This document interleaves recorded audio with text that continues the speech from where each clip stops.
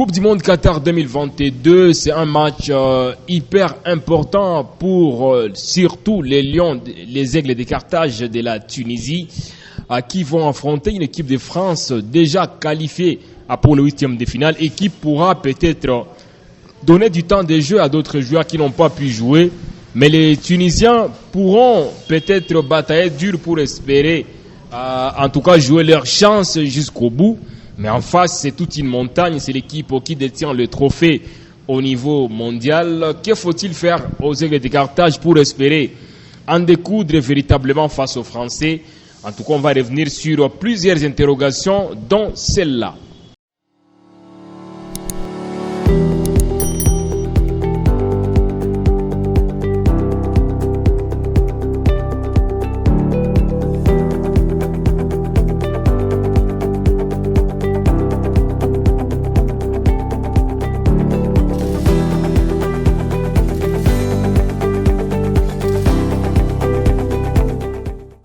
Une fois de plus, je suis avec Yayous, il est analyste sportif. Bonjour Yayous. Bonjour Richard, bonjour à tous ceux qui sont en train de nous suivre maintenant. C'est un plaisir de vous accueillir sur ce plateau une fois de plus. Effectivement, le plaisir est toujours le mien de partager ce plateau avec vous. La Coupe du Monde se poursuit sans désemparer au niveau du Qatar. Les continents africains comptent sur la Tunisie notamment, qui joue face à la France. Les Aigles de Carthage de la Tunisie sont un tout petit peu décevants, même si ils avaient quand même fait forte impression au début avec un nul imposé au Danemark, 0 but partout. Mais ils ont fini par craquer face à l'Autriche, 0 contre 1. La Tunisie, c'est la seule équipe africaine qui n'a pas marqué même un seul but depuis le début. Ah oui, cette défaite face à l'Australie, elle fait très très mal. Elle fait très très mal parce que la Tunisie voulait vraiment gagner ces matchs pour se relancer, mais oui, du coup, la Tunisie a perdu. Stat impressionnante, comme vous étiez en train de le dire. La Tunisie, c'est 2 matchs, aucun but jusqu'à présent. Franchement, c'est une Tunisie en ballottage très très défavorable. Vous l'avez dit, victoire impérative aujourd'hui contre les Français. Et oui, la France, une grande montagne. Ça ne va pas être facile, même si, bien sûr, on est en train de le dire, la France qui sera peut-être relookée avec de nouveaux visages. On verra d'autres joueurs qui auront aujourd'hui du temps des jeux comme les Eduardo Camavinga ou encore les autres. Mais bon, voilà, c'est toujours une équipe de France tenant le champion en titre qu'il faudra en tout cas battre pour la Tunisie et pour ainsi espérer se qualifier au prochain tour. Il y a une place pour le 8e de finale qui est en jeu surtout pour les Tunisiens puisque c'est déjà acquis pour les Français. Mais on le rappelle, la Tunisie ne s'est jamais qualifiée pour le 2e tour. C'est une équipe qui compte 6 participations à la Coupe du Monde. À aucun moment, la Tunisie ne s'est qualifiée pour le 2e tour. Donc, 6 participations, jusque-là 5 éliminations en phase des groupes. Faut-il dire que c'est une autre élimination en cours de téléchargement ou c'est possible? En tout cas, ça démontre même avec l'histoire que c'est une équipe qui ne réussit pas beaucoup en Coupe du Monde. Pourquoi? Parce que vous ne marquez pas, vous ne passez jamais le premier tour. Et puis voilà, c'était un match nul à trompe-l'œil contre le Danemark qui nous a tous mis dans le bateau des Tunisiens. On s'est dit ah oui, ça va être le bon moment, c'est aujourd'hui ou jamais, cette fois ça passe. Et après il y a eu ce match contre l'Australie qui avait d'ailleurs été battue par les Français très très largement, 4-1.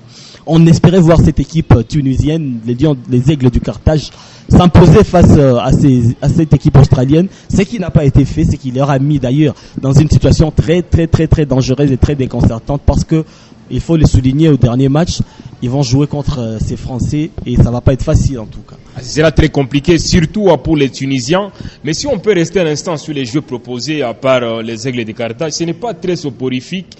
Ils essaient un peu comme de tenter, surtout face à l'Australie, ils ont été dans leur match, mais c'est beaucoup plus au niveau de la finition que ça fait défaut. Ah oui, c'est au niveau de la finition. Ça a toujours été là le problème des Tunisiens, on le sait. Ils ont essayé même de naturaliser un joueur brésilien, un attaquant pour pallier à ces problèmes d'avant-centre. Mais oui, la Tunisie a toujours eu ces problèmes d'avant-centre. On s'y rappelle, une équipe de Tunisie qui s'est qualifiée en Coupe du Monde sans presque quasiment jamais marqué. Ils ont éliminé le Mali grâce à un but contre son camp à l'aller-retour. Ils n'avaient jamais marqué, c'est 1-0 et ces problèmes continuent jusqu'à même en Coupe du Monde. Il y a Taha Kenisi qui essaie de faire quelque chose, il y a en pointe mais ça ne marche toujours pas. Youssef Ntakni, les légendaires joueurs capitaine tunisien qui essaie quant à lui et aussi, mais franchement jusqu'à présent c'est une attaque tunisienne qui ne tourne pas. Vous pensez, c'est quoi justement le problème? Certainement, on peut parler de l'attaque, mais est-ce qu'au niveau de l'animation, aussi, il n'y a pas des petites choses à soulever? Oui, pour moi, je pense qu'il n'y a rien à reprocher à l'animation. Il y a des talents purs, il y a des bons joueurs, il y a des Youssef, comme on était en train de le dire, il y a le Naïm Sliti qui était déjà impeccable lors du match. Ce sont quand même des noms très connus. Ça fait longtemps, ça fait plusieurs années qu'ils sont là. Effectivement, il y a également le Wabi Kazri qui sont là. L'animation y est, quand vous voyez le jeu au milieu de terrain, il passe. Mais voilà, c'est le manque de réalisme sur le plan offensif qui en tout cas touche jusqu'à présent et qui continuera à punir cette équipe tunisienne s'ils ne sont pas tueurs tranchants devant le but pour les quelques occasions qu'ils obtiennent, surtout sur des phases arrêtées, sur le bal arrêté, les corners, les coups francs. Ils ont des géants, ils ont des grands gabarits, mais ils n'arrivent toujours pas à capitaliser de telles situations des jeux, ce qui est tout à fait regrettable. Mais déjà, au niveau interne, il y a beaucoup de choses qui sont dites, surtout par les médias français, les médias tunisiens. Il se pourrait qu'il n'y a pas une bonne cohésion, il se pourrait qu'il y ait un problème entre les joueurs locaux, donc les joueurs qui évoluent en Tunisie, ils sont nombreux dans la sélection, et ceux qui évoluent sous d'autres cieux. C'est comme si, en tout cas, il y a un bras de fer, il y a un problème. On décrit également la gestion du groupe, surtout par les sélectionneurs qui est là certainement. Est-ce que ce ne sont pas des problèmes un peu dans dehors du terrain qui joueraient en défaveur des Tunisiens? Oui, il fallait s'y attendre. Lorsque vous avez un groupe, peut-être le seul avec le plus de joueurs locaux, il y en a 11 qui évoluent dans le championnat tunisien. En tout cas, très bon championnat. Un très bon championnat avec des très grandes équipes, le club africain, le WAC, les Espérances sportives de Tunis ou encore les Sfaxiens. Il y en a quand même des joueurs d'un peu partout qui évoluent au pays. Et puis voilà, avec le bras de fer avec les joueurs étrangers notamment, qui évoluent à l'étranger, notamment les joueurs qui évoluent en France, à Ligue 1, tels que les Naïm Sliti ou encore les Wabi Kazri, ça va être, c'était là les dangers, c'était là qu'il fallait redouter, c'était là la force alors de l'entraîneur qui avait cette obligation ou encore ce poids d'essayer de réunir toute l'équipe pour une cause ultime, mais ce qui ne fonctionne pas encore jusqu'à présent parce qu'on voit qu'il y a des dissensions au niveau interne et ce qui pénalise du coup cette équipe tunisienne sur le plan cohésion. En face, il y aura quand même une équipe française qui à coup sûr sera remaniée puisque même le sélectionneur Didier Deschamps l'a reconnu après le match gagné dernièrement. Il a dit quand même qu'il pourra faire tourner son effectif et tout en donnant du temps de jeu à certains joueurs qui n'ont pas encore livré une moindre seconde depuis le début. Ce ne sera pas forcément la même France. Ah oui, effectivement, ça ne va pas être la même France. C'est ce qui donne un peu de l'ambition, voyez-vous, un peu de confiance, un peu de foi à cette équipe tunisienne, parce qu'elle va se dire que nous affrontons une France bis. Ça ne va pas être la France que nous connaissons, même s'il y a du talent partout. Lorsqu'on vous sort Tchouaméni pour vous mettre Kamavinga, c'est toujours une épine très très dangereuse. Il n'y a rien qui change. C'est le même niveau, c'est le standing Real Madrid. Même les remplaçants français, ils sont au top niveau. C'est des meilleurs joueurs dans leur club. Ça va pas être facile, mais c'est pas quand même comme si on jouait cette même équipe de France qui va pas être remaniée. Et donc pour moi, je trouve que la Tunisie a quand même un coup à jouer, même si je trouve mal. Je vois difficilement cette équipe tunisienne gagner aujourd'hui contre la France. À la limite, s'ils faisaient d'ailleurs un match nul, ça va d'ailleurs être très très bien pour eux pour ne pas avoir perdu encore une fois de plus. La France est la première nation à se qualifier pour le 8e de finale. La France également, c'est l'équipe qui détient les trophées au niveau mondial. 2 fois champion sur le plan planétaire.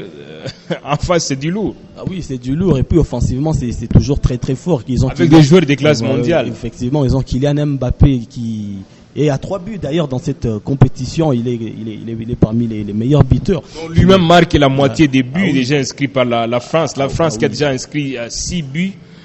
Contre les 2 encaissés. Sans compter les passes décisives que Kylian il fait. En tout cas, c'est un grand joueur. On le reconnaît. Il devait prendre le poids à l'absence du ballon d'or Karim Benzema. Il est en train, en tout cas, d'honorer son statut des grands joueurs sur qui toute une nation repose sa confiance. On sait certainement que parmi les secteurs où il y aura des petits remaniements, c'est beaucoup plus au niveau de la défense. Puisqu'il faut quand même reposer à des cadres comme Upamecano qui devient de plus en plus un cadre parce que c'est lui qui a été utilisé à temps plein lors des 2 précédents matchs. Upamecano serait mis sur les bancs. Il faut quand même faire jouer des joueurs comme Saliba, Konaté, Varane qui revient des blessures. Sur les côtés, on sait que pour les dernières séances d'entraînement, Kamavinga s'entraînait beaucoup plus comme latéral gauche et il devrait peut-être être utilisé après la blessure de Lucas Hernandez.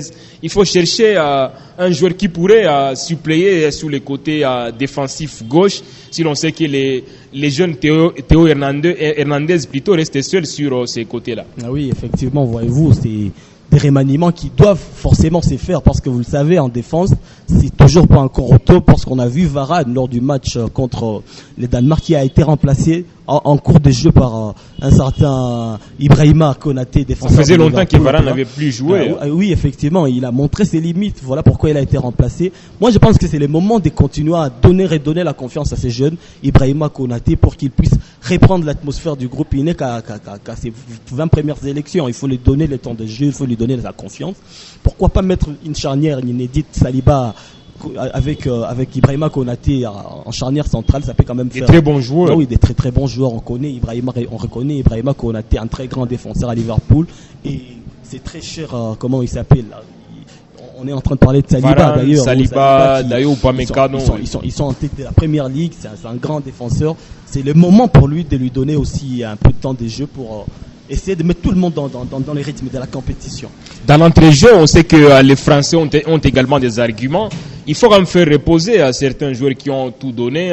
Tchouaméni a joué les deux premiers matchs. On sait qu'il y a un certain Matteo Guendouzi, voulais-je dire. Il y a également Vertu qui n'a pas livré à des matchs jusque-là. Il faut quand même aussi donner du temps de jeu à ces joueurs-là. Ces joueurs qui sont des joueurs en tout cas des très très grandes qualités. On reconnaît Guendouzi, c'est un batailleur, c'est un bagarreur. Il lâche tout sur un terrain, il se donne corps et âme. C'est quelqu'un qui vous joue avec envie, avec intensité. Un mec comme ça, il doit quand même jouer pour un tel match parce que ça sera un match pour lui un match qui voudra prouver à la face du monde qu'il méritait franchement cette sélection. Moi, je compte sur un tel joueur, sur un tel match pour remettre effectivement, c'est ça, la cohésion dans un groupe, que personne ne se dise qu'il est parti pour de la figuration, mais que chacun se sente important dans le collectif et dans l'effectif. On sait que lors de la dernière Coupe du Monde remportée par la France d'ailleurs, un seul joueur n'avait pas pu être aligné, c'était Adil Rami, je pense. Ah oui, je crois. Oui, donc ça veut dire que Didier Deschamps, dans son ADN, il veut donner du temps de jeu à tous ces joueurs. Et on espère bien que ce sera le moment. Et la Tunisie pourrait peut-être en profiter. C'est vrai. Ce sont des joueurs des classes mondiales presque tous. Mais toutefois, il y a ce qu'on appelle la cohésion, les automatismes. Ça ne pourra pas quand même tenir d'un claquement des doigts. Ouais, on a vu comment ça n'a jamais été facile. Ça n'a jamais été facile. Surtout que même le gardien, d'ailleurs, le capitaine Hugo Lloris, il sera peut-être pas là. On va essayer de miser sur Steve Mandanda par exemple, ou Alphonse Areola qui sera là, ou encore mettre une charnière des gens qui n'ont pas l'habitude de jouer ensemble. Voilà, vous étiez en train de parler d'un point très important, les automatismes. Ça ne se crée pas facilement. D'un coup, il y a la communication entre défenseurs et gardiens, défenseur. Ça va pas être facile. En tout cas, la Tunisie, sur ce coup, vraiment, a quelque chose à gagner sur ce point-là.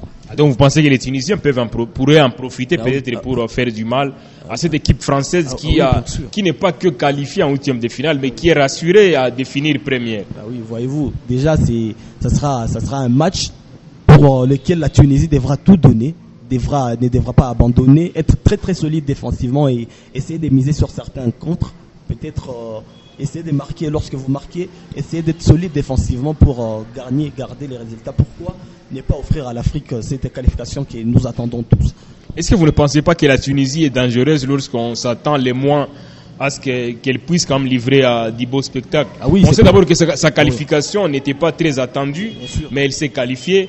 Face au Danemark, on savait qu'elle allait prendre beaucoup de buts. Elle a résisté jusqu'au bout. Mais au moment où on pensait qu'elle devrait s'imposer face à l'Australie, et elle perd. Ah oui, voilà, c'est imprévisible pratiquement. C'est ce que vous étiez en train de dire. Franchement, c'est une équipe imprévisible de la Tunisie. Lorsque vous comptez sur elle, elle n'arrive pas à enchaîner. Et lorsque vous ne comptez pas, en tout cas, vous la mettez pas favorite et laissez quand même de donner un certain résultat. Mais bon, voilà, c'est une équipe en tout cas qui ne convainc pas jusqu'à maintenant, du moins sur le plan offensif. Mais on espère en tout cas que le compteur but va s'ouvrir aujourd'hui. Mais une chose est sûre, sa qualification devrait beaucoup plus surprendre que son élimination. Ah oui, effectivement. On ne le souhaite pas, mais c'est ça le foot. Et c'est ça, effectivement. C'est ça, lorsqu'on le regarde sur les papiers, les stats, ce que l'équipe de Tunisie elle propose, franchement, c'est une équipe qui, lorsqu'elle se qualifiera, ça pourra être en tout cas une petite surprise. Petite surprise pour une éventuelle qualification de la Tunisie. Nous, nous étant africains, on pense que il serait quand même important que la Tunisie soit qualifiée. C'est un des représentants du continent. On aimerait bien, pas que pour le quota, on ne doit pas y aller chaque fois pour être éliminé. Comme vous l'aviez dit, c'est tout le temps que la Tunisie est qualifiée à la Coupe du Monde, elle n'arrive même pas à passer le premier tour. On ne doit pas faire de la figuration en se qualifiant à la Coupe du Monde. Il faut essayer quand même de rendre fier le continent mère. Et voilà, il faut donner, il faut laisser sa peau sur le terrain, jouer avec l'envie de gagner et non avoir peur de l'adversaire parce qu'il est juste champion du monde. Il faut quand même jouer et ne pas être complexé surtout. Et surtout que battre la France, c'est aussi quelque chose de très mémorable dans l'histoire. C'est un exploit, battre. Même si ça sera peut-être une France remaniée, mais battre la France, ça reste la France. Ça reste la France, ça restera quelque chose de très très grand, d'historique, et puis surtout qu'il y a une qualification en jeu. Voilà. Une qualification qui est en jeu pour les Tunisiens qui jouent contre la France. Ce sera, bien évidemment, ce mercredi sous les coups des 17h ou 15h temps universel. À Tunisie contre la France. D'autres matchs sont prévu toujours pour ce mercredi à la même heure. L'Australie va jouer contre le Danemark, et alors que l'Arabie Saoudite, qui pourtant avait surpris à plus d'un avant d'être refroidi bien évidemment par les Mexicains ou par les Polonais, voulais-je dire, les Saoudiens vont jouer contre les Mexicains alors que la Pologne va jouer dans un match important face à l'Argentine. D'autres matchs quand même hyper importants à suivre ce mercredi. Ah oui, effectivement, comme ce choc Pologne-Argentine, un match qui va décider également d'une des deux équipes qui va se qualifier, parce qu'il faudra également gagner pour ces matchs. L'Argentine compte 3 points, la Pologne également 3 points.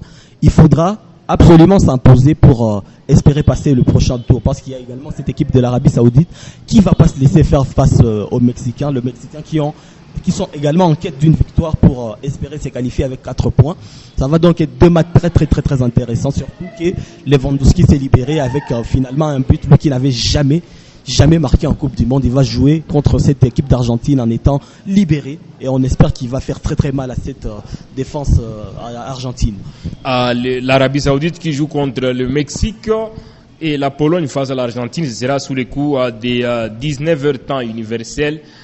Ce sera bien évidemment du côté du Qatar. On a la fin de cette émission qui était consacrée à cette opposition entre les Tunisiens et les Français, deux pays comme qui s'expriment en français. C'est ça les points communs. De la francophonie, lorsqu'on sait que les derniers sommets de la francophonie étaient dans l'île de Djerba en Tunisie, en tout cas ça va être une rencontre fraternelle entre deux pays francophones, 2 membres de la francophonie. Et on espère en tout cas un match fair play, pourquoi pas un match où un autre représentant de la francophonie puisse se qualifier.